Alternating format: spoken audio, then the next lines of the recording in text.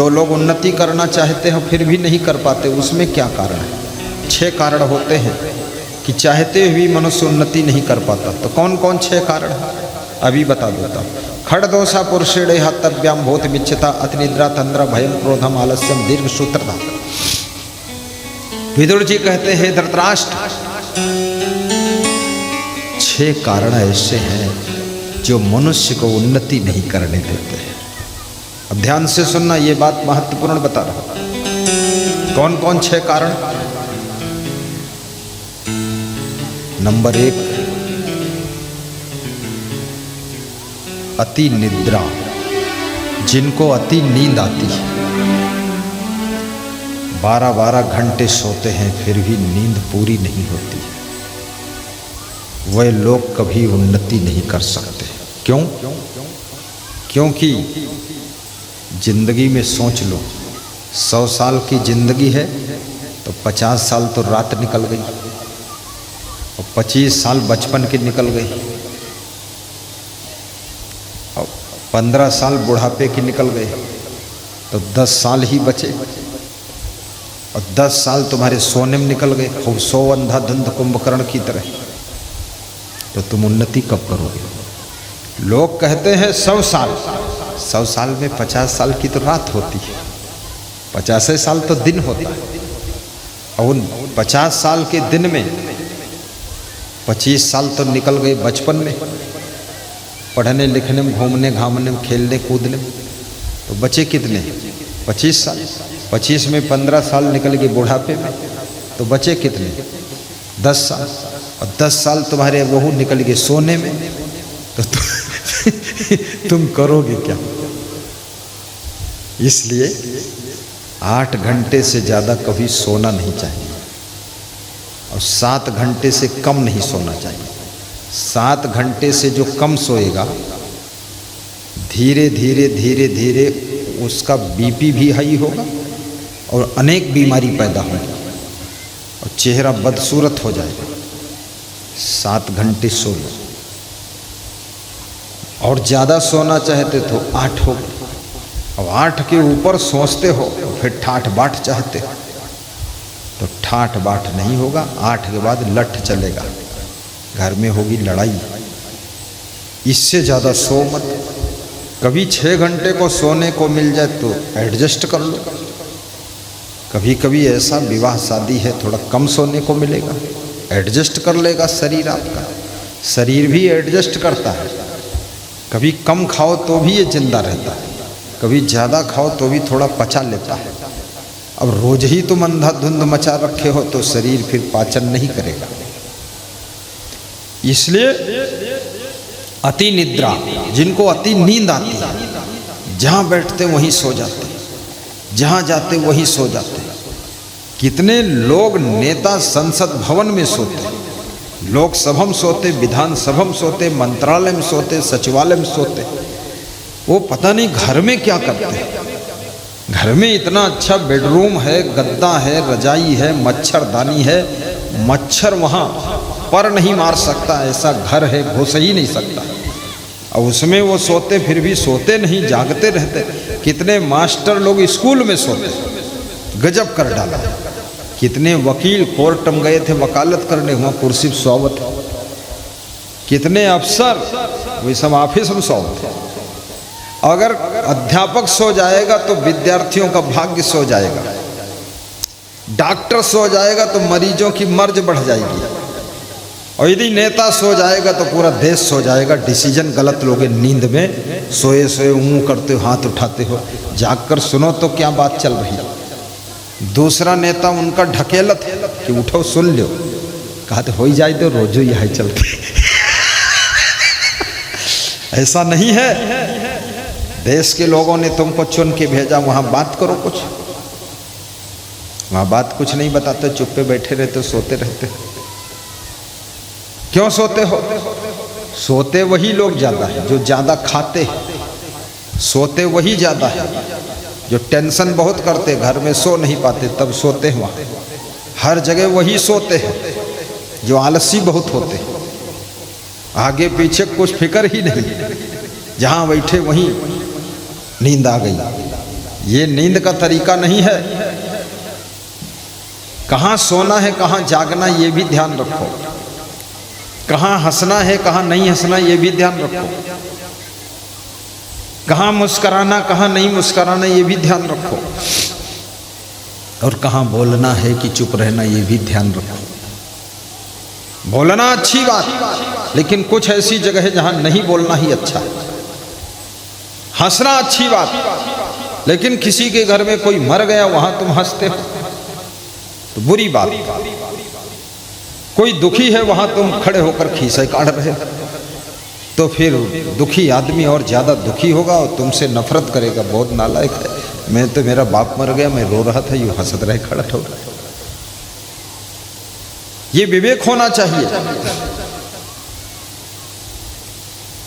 इसलिए विशाल देव कहते हैं, बिनु विवेक कोई ना सुखी, बिना किए संतोष, सबको देखो हाल पढ़े अपढ़ कोश। गुस्सा करने की आदत भी छोड़ो, क्रोध करने की आदत छोड़ो, लापरवाही की आदत छोड़ो। दूसरा कारण उन्नति न होने का, कुंभकर्ण 6 महीने सोता था तो हुआ क्या? सोने की लंका राख हो गई और क्या हुआ? बर्बाद तो होगा कि जब 6 महीने सोओगे तो पत्नी को संभाली, तुम्हारे बहन नहीं संभाल पाए। सुपर्णखा वहाँ से लंका से समुद्र पार करके भगवान राम के साथ उत्पात करी से। जब रात दिन सोई हो, भर भर दारू पी हो तो तुम्हारी बहन भागी कहो अंत। ती के बाद बहन के बद के लड़ाई बद के तुम मार काट करी हो तो मूर्ख नहीं तुम हो कौन? दिन रात कहे सो तो अपनी बहन देखो कहाँ घूमत।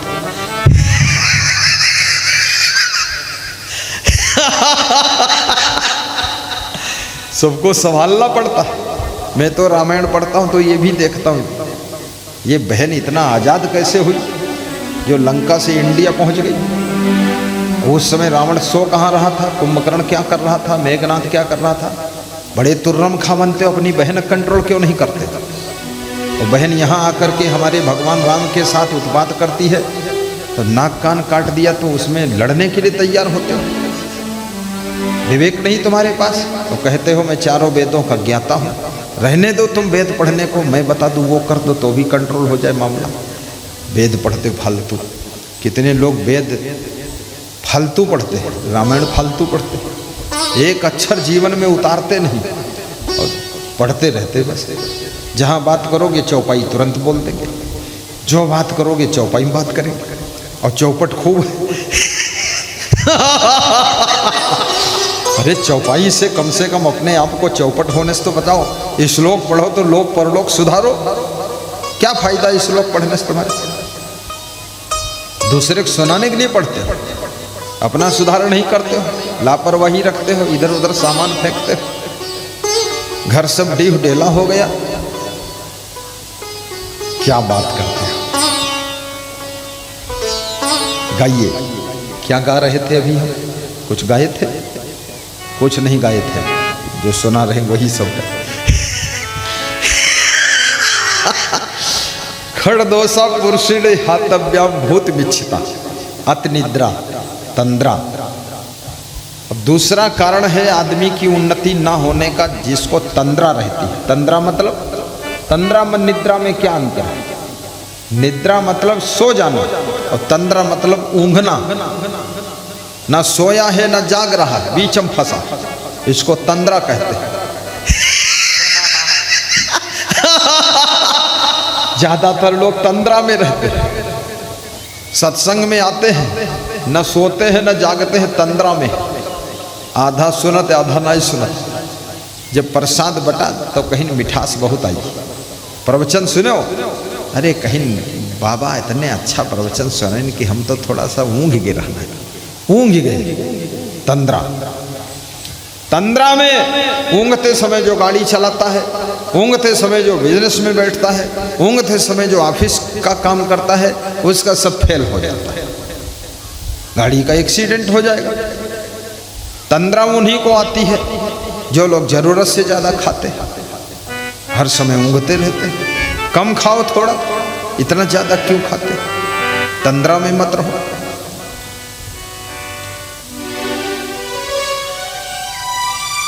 तीसरी चीज है अति निद्रा तंद्रा भयं क्रोधम आलस्यम दीर्घसूत्रता। मनुष्य की उन्नति ना होने का तीसरा कारण विदुर जी कह रहे हैं धृतराष्ट्र से, तीसरा कारण है डरपोक स्वभाव, भयभीत स्वभाव, डरे हुए रहना। कोई गलती भी नहीं किया है, खाम खा इतना डरते हैं कि आवश्यक कार्य भी नहीं कर पा रहे, आवश्यक बात भी नहीं कह पा रहे। जाते हैं ऑफिस में काम करने के लिए, ऑफिस के बाहर बैठे कि अफसर कहीं नाराज हो जाएगा, तो काम क्या कहीं यहाँ बाहर दीवाले करेंगे? अफसर के पास जाओ, नाराज क्यों होगा? जिसके पास में तादाद से ज्यादा डर है, डरना कहाँ चाहिए, कैसे डरना चाहिए? ये डरना चाहिए जैसे सत्संग में आई, इतना डर रहना चाहिए कि हम गलत जगह बैठे तो नहीं, हमसे कोई गलती तो नहीं हो रही, ये डर रहना चाहिए। अब इतना डर है कि सत्संग में आए ही नहीं, बहरे घरे में बैठे, गलत बात। डरना चाहिए। कहाँ डरना चाहिए? कि गाड़ी चलाते समय डरो कि कहीं एक्सीडेंट ना हो जाए, थोड़ा धीरे चलाओ, पहले से याद कर लो। अंधाधुंध चलाओगे, एक्सीडेंट होगा तो खोपड़ी तुम्हारी भी फूटेगी और जो मरेगा तुमको मार डालेगा। गलती ना हो इसके लिए थोड़ा डर रखना चाहिए। बाकी काम ही ना करे इतना डर गए, ये गलत बात है। काम करो, थोड़ी बहुत गलती होगी तो माफ भी होगी। जिनका भयभीत स्वभाव है, डरपोक, जिनके साहस नहीं है, हिम्मत नहीं है, वे लोग कभी उन्नति नहीं कर पाते। जो कर्ज लेने से डरते हैं, मुकेश अंबानी, टाटा, बिड़ला, ये सब कर्ज खूब लिए, 2-2 हजार करोड़ कर्ज लेते हैं। कभी कभी विकास के लिए हिम्मत करके थोड़ा कर्ज लेना पड़ता है, लेकिन आप अपनी सामर्थ्य के अनुसार कर्ज लीजिए। यदि बिना कर्ज काम चल जाए तो बिना कर्ज चला लीजिए, और नहीं चल रहा तो ले लीजिए, बैंक से ले लीजिए। लेकिन जिस लिए कर्ज लिया है, कर्ज पे ट्रैक्टर लाए हो, तो ट्रैक्टर से जो काम करते, जो पैसा आता, उससे दारू मत पीना। उस पैसा को जुआ खेलोगे, उस पैसा से बेस्याले जाओगे, तो ट्रैक्टर भी जाएगा, जमीन भी जाएगी, और तुम भी टेंशन मर जाओगे। कर्ज तुमसे बड़ा नहीं है, कर्जदार कर्ज से बड़ा होता है। ट्रैक्टर दिन रात चलाइए, दिन में तुम चलाइए, रात में बेटा चलाओ। ट्रैक्टर कोई शोरूम थोड़े बनाने के लिए लाए हैं, दिन रात काम लीजिए, और पैसा आए उसका हिसाब किताब रखिए। फटाफट 3 दिन की कमाई से किस्त जमा हो जाएगी। और ट्रैक्टर की कमाई से कर्जा तो नहीं अदा किया, मकान बना रहे तो तुम्हारा ट्रैक्टर खींचेगा। मकान अभी मत बनाइए, 3 साल किस्त अदा कर दीजिए, उसके बाद फिर ट्रैक्टर के प्रॉफिट से मकान बनाइए। बहुत पुराना गाड़ी भी मत रखिए, जो रोज गाड़ी गैरेज में बनती ही रहे, मिस्त्री रोज खोल कर बैठा रहे, तो काम कब करोगे?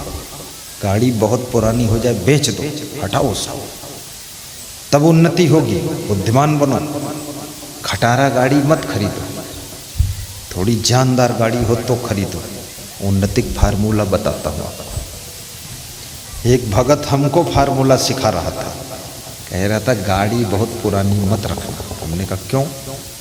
बोले हम स्वागत में इंतजार करेंगे 1000 भगत और तुम गाड़ी के टायर खोले हुए बैठ रही हो, इसलिए गाड़ी ठीक ठाक रखो, पैसा कम हो तो 10-50 हज़ार हम दे दी, लेकिन टाइम पर आ ही जाओ। सही बात है। अब लोग इंतजार कर रहे हैं, टाइम दिया 9 बजे रात का, और पता चला 12 बजे रात को भी नहीं आई। तो पूछन कहाँ हुआ? तो कहा गाड़ी बिगड़ गई, वहाँ खड़े थे। बिगड़ी गाड़ी बनाओगे कि वहां स्वागतम पहुंचना है? उसको बेच दो, दूसरी ले लो। और ये भी याद रखना, जानवर भी पालो, बुद्धिमानी से पालो। एक भैंस दूध दे या ना दे, दूध देगी तो भी 200 रुपये का चारा खाएगी, और दूध नहीं देगी तो 150 का फिर भी खाएगी। तो जब दूध उसका कम हो जाए, 10 लीटर से 6 लीटर हो जाए, उसको फट से बेच दो, नहीं तो 1 साल फ्री में खाइए और रोल डाल करी हो फालतू। दूसरे को दे दो आधी कीमत में, अच्छी दूध वाली फिर ले आओ। हाँ, होशियार बनो। तुम सोचते हो इसको फिर इसी रखेंगे, तो 1 साल इंतजार करोगे, फोकट का खिलाओगे, 150 का रोज खाएगी, 4500 का चारा महीने में खाएगी, 12 महीने में 12 चौक 48,000, 50,000 का खा जाएगी। तो अगला जब वो फिर बच्चा देगी तो 50,000 का प्रॉफिट थोड़े दूध हम होने वाला है, तो तुम घाटे में जाओगे। चतुर बनो। मैं अर्थशास्त्र पढ़ा हुआ, अर्थशास्त्र से पोस्ट ग्रेजुएट किया हूँ। अर्थशास्त्र पढ़ा हुआ व्यक्ति धर्मशास्त्र में आता ही नहीं, लेकिन पता नहीं कैसे इसमें आ गया। अर्थशास्त्र इकोनॉमिक्स में यही पढ़ाया जाता है, कैसे करना चाहिए काम। साहिब बंदगी करो, कहो साहिब बंदगी, साहिब बंदगी, साहिब बंदगी, साहिब बंदगी, साहिब बंदगी। तो अतिनिद्रा, तंद्रा, भयम, क्रोधम। और वे लोग भी उन्नति नहीं कर पाते जिनको क्रोध बहुत आता है, गुस्सा, नाराज बहुत होते हैं, हर बात में नाराज रहते हैं। कितने लोग तो इतना गुस्सा में रहते हैं, 10 साल हो गए उनकी गुस्सा ठंडी नहीं हुई। उनके गुस्सा माता पिता मरी गए, बैल जानवर मरी गए, गुस्सा पत्नियों मरी गए, अब वही मरे बचे हैं, गुस्सा बंद भाई नहीं, गुस्सा मरी नहीं। ज्यादा क्रोध जहां रहता है वहां लक्ष्मी रूठ कर चली जाती है। इसलिए गम भी खाइए, क्षमा भी करिए, सहन शक्ति बढ़ाइए, हिल मिल कर रहिए, क्रोध को जीतिए। तुम्हारे क्रोध करने से क्या तुम्हारी पत्नी कुछ ज़्यादा बुद्धिमान हो गई, या तुम्हारा पति बहुत ब्रिलियंट हो गया, या तुम्हारा बाप बहुत होशियार होगा, या लड़का तुम्हारे बहुत डीएम बन गए, कलेक्टर हो गया? कुछ नहीं, सब बात वही वही, बात वही है। गुस्सा करके अपना शरीर बिगाड़ रहे हो, टेंशन ले रहे हो, बीमारी आ रही है, तबीयत खराब हो रही है, घर में कलेश बढ़ रहा है। इसलिए क्षमा बड़न को चाहिए, छोटन को उत्पात। अब विष्णु की क्या घट गई जो भृगु ने मारी लात। परशुराम भगवान के पिताजी भृगु जी थे, उन्होंने विष्णु भगवान की लात मार दिया। देखो, लात मार दिया। भगवान को भी लात मारने वाले इस भारत देश में पैदा हुए। जब लात मार दिया तो भगवान ने उनकी लात पकड़ लिया, लात पकड़कर तरवा सहला दिया। बोले आपके पैर में चोट लग गई होगी, क्योंकि हमारा जो सीना है ये बहुत वज्र जैसा कठोर है, और तुम्हारे पाँव फूलों से ज़्यादा कोमल है, आपको चोट लग गई होगी। तो भृगु जी शर्मिंदा हो गए। फिर भृगु जी भाग गए जंगल को, वहाँ तपस्या करने लगे। उनका लड़का पैदा हुआ, क्रोधी बाप का लड़का भी क्रोधी, परशुराम। परशुराम में बहुत बड़ा गुण था, ब्रह्मचारी थे, लेकिन अवगुण बाप जैसा था, क्रोधी वो भी बहुत थे। परशुराम से कोई परिचय पूछे, तुम्हारा परिचय क्या? तो परशुराम कहते थे, बाल ब्रह्मचारी, अति कोही, अति क्रोधी हूँ, और विश्व विदित क्षत्रिय कुलद्रोही, विश्व जानता मैं क्षत्रियों का दुश्मन हूँ, और बाल ब्रह्मचारी हूँ, बहुत क्रोधी हूँ, संभल के रहना, ने कुल्हाड़ी मार दूंगा। वो कुल्हाड़ी रखते थे, वेद शास्त्र रखते ही नहीं थे, न बीजक न दोहा न चौपाई। कुल्हाड़ी बात बिगड़ गए तो कुल्हाड़ी से मुड़ काट दे, इतना विकट आदमी परशुराम भगवान। तो विष्णु अवतार में उनके पिताजी ने विष्णु को लात मारी, और रामावतार में भृगु के बेटे परशुराम ने कठोर बात मारी राम भगवान को।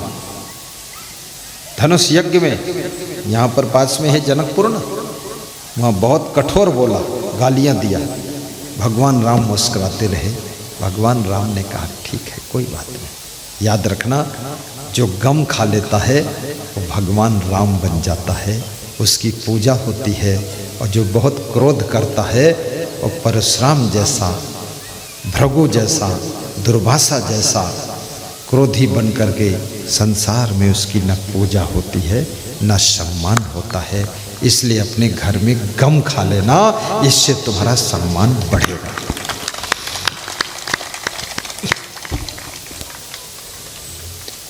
जब परशुराम जी समझ गए कि राम भगवान का पूर्ण अवतार हो चुका है, तो राम भगवान से क्षमा भी मांग लिया उन्होंने। क्षमा मांगने से पाप कट जाता है। कैसे क्षमा मांगा? ऐसे क्षमा मांगा। राम से परशुराम कह रहे हैं, अनुचित बचन कहूँ अज्ञाता। अनुचित वचन कहूँ अज्ञाता। अनुचित बचन कहूँ अज्ञाता। क्षमहु क्षमा मंदिर दो भ्राता। सुबह का भूला क्षमा मंदिर दो भ्राता। कभी भूल से जोश में आप अपने पिताजी को कठोर बोल दे तो शाम तक क्षमा मांग ले। माँ को कभी कठोर बोल दिया तुमने, सासू को कठोर बोल दिया तुमने, पति को कठोर बोल दिया तुमने, पत्नी को चोटदार बात कह दी तुमने, भाई को कठोर बोल दिया तुमने, तो याद रखना परशुराम ने कठोर बोला था राम को, तो उन्होंने 1 घंटे बाद ही क्षमा मांग लिया था। तुम भी कम से कम शाम तक क्षमा मांग लेना कि मुझसे गलती हुई, मैंने तुमको इतना कठोर बोला।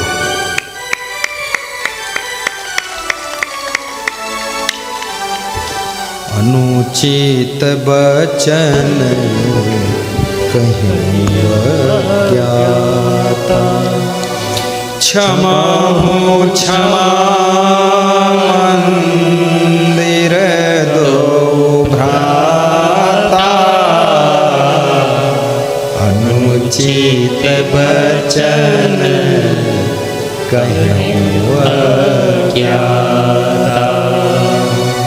हे राम, हे लक्ष्मण, दोनों भाइयों को मैंने अनुचित वचन कहा है। क्यों कहा? क्योंकि मैं अज्ञान था, मुझे ज्ञान नहीं था कि तुम राम भगवान हो। ये तुम्हारा छोटा भाई लक्ष्मण शेष अवतार। जब ज्ञान हुआ कि तुम पूर्ण अवतार भगवान राम हो, जब ज्ञान हुआ ये शेष अवतार लक्ष्मण है, तो मेरा क्रोध, मेरी गुस्सा, मेरा जोश होश में आ गया और मैं क्षमा मांगता हूं। तुम दोनों भाई क्षमा के मंदिर हो, तुम दोनों भाई महान हो। ये लक्ष्मण चाहता तो मुझको 1 मिनट में खत्म कर देता। राम, तुम्हारे सामने हम कहाँ टिक पाते, लेकिन फिर भी तुमने हमको माफ किया। परशुराम क्षमा मांग रहे।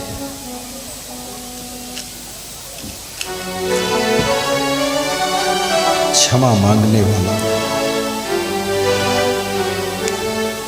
अपने गलती के पाप से मुक्त हो जाता है।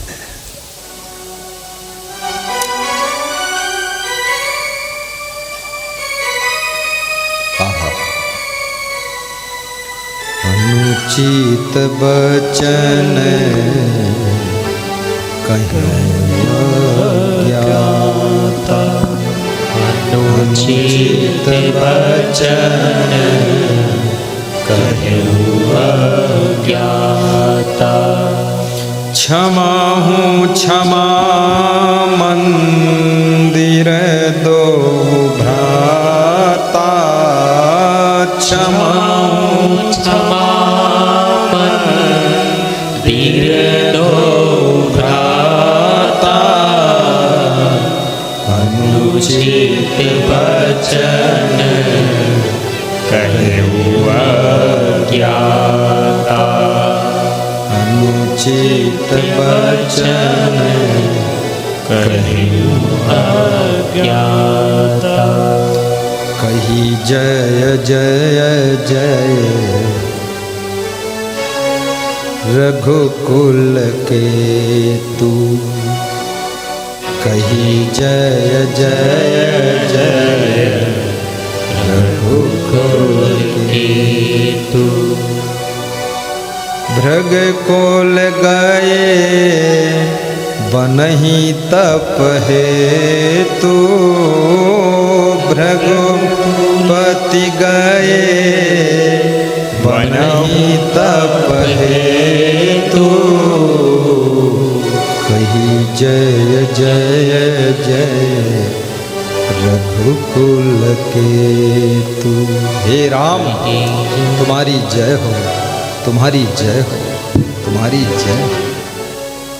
ऐसा 3 बार जय जय जय बोल करके भृगु के पुत्र परशुराम जी पश्चाताप करके जंगल में तप करने के लिए चले गए। गलती का पश्चाताप हो जाए तो समझ लेना अब तुम्हारे मन में परिवर्तन होने वाला है। चोरी करो और सीना जोरी करो, गलती करो और टक्कर भी लो, अब तुम्हारा सुधार नहीं हो सकता है। गलती स्वीकार करो, गलती को दूर करो, गलती को दोहराओ मत।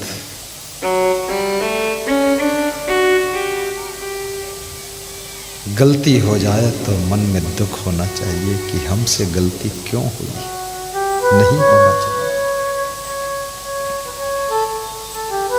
गलती से शराब पी लो तो भी पश्चाताप करो, अरे हमने कैसे शराब पी ली। गलती से व्यभिचार हो गया, पश्चाताप होना चाहिए, पुनः दोहराओ मत उसको। अगर गलती रुलाती है तो राहें भी दिखाती है। अगर गलती रुलाती है तो राहें भी दिखाती है। अरे अगर गलती रुलाती है तो राहें भी दिखाती है। मनुज गलती का पुतला है, मनुज गलती पुतला है। अक्सर हो ही जाती है। मनुज गलती का पुतला। क्षमा के अलावा, यथोचित दंड के अलावा कोई रास्ता नहीं है। मनुष्य गलती का पुतला, भूल हो सकती है। मनुज गलती का पुतला है, अक्सर हो ही जाती है।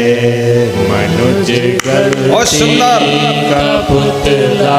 आइए आइए अर्जुन, अर्जुन आइए जोरदार। हो ही जाती है। अर्जुन के घर ठहरा हूं, अगर घर ना बना होता कहाँ ठहरते, ढूंढते ढूंढते तंग हो जाते। इसलिए सब भक्तों को अपना अपना घर सुंदर बनाना चाहिए, बड़ा बनाना चाहिए, ताकि कभी गुरु आ जाए तो भी ठहर सके।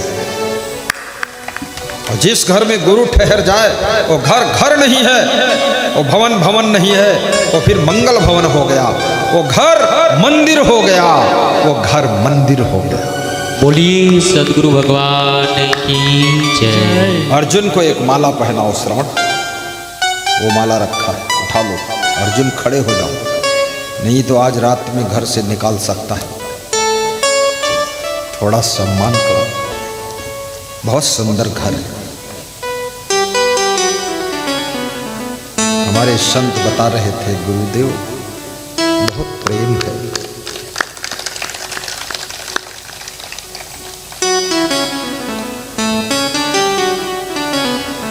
अगर इनको भी पहनाओ, हाँ पहनाओ पहनाओ।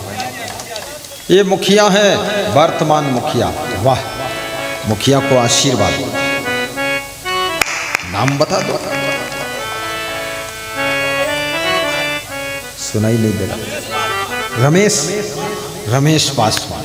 क्या बात, जो गुरु के भक्ति में पास हो गया वही पासवान है, और रमेश जो गुरु के चरणों में रम गया वही रमेश है। एक भक्त और है, उसका भी सम्मान करो। मोती, ये क्या नाम है, रमेश, वो भी रमेश। खड़े हो, तरवाड़ा के रमेश। माला पहनाओ, दे दो माला। माला कार्यालय में रख लिया करो, ऊपर माला मत रखो, डिस्टर्ब होता, टाइम बर्बाद होता। कई बार बताया, चतुर बनो। ताली बजा दो मुखिया रमेश के लिए, ताली बजा दो अर्जुन के लिए, तरवाड़ा के हमारे महान भक्त के लिए ताली बजा दो। मोतीलाल 2 साल से हमारे दौड़ने वाले जूते खरीद कर दान देते हैं। गत वर्ष भी दिया था, इस वर्ष भी दिया। दौड़ने के लिए, चलने के लिए हम काले रंग का, नीले रंग का जूता पहनते हैं, 9 नंबर गद्देदार।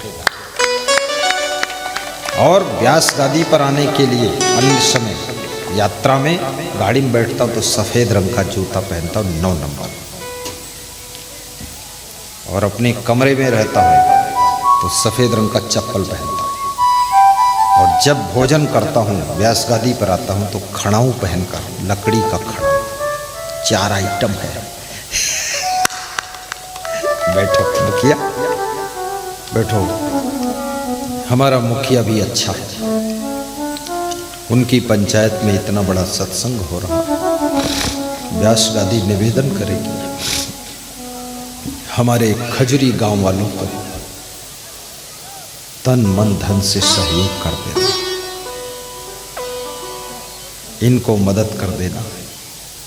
इनके पास में इतना धन तो नहीं था, लेकिन मन बहुत था।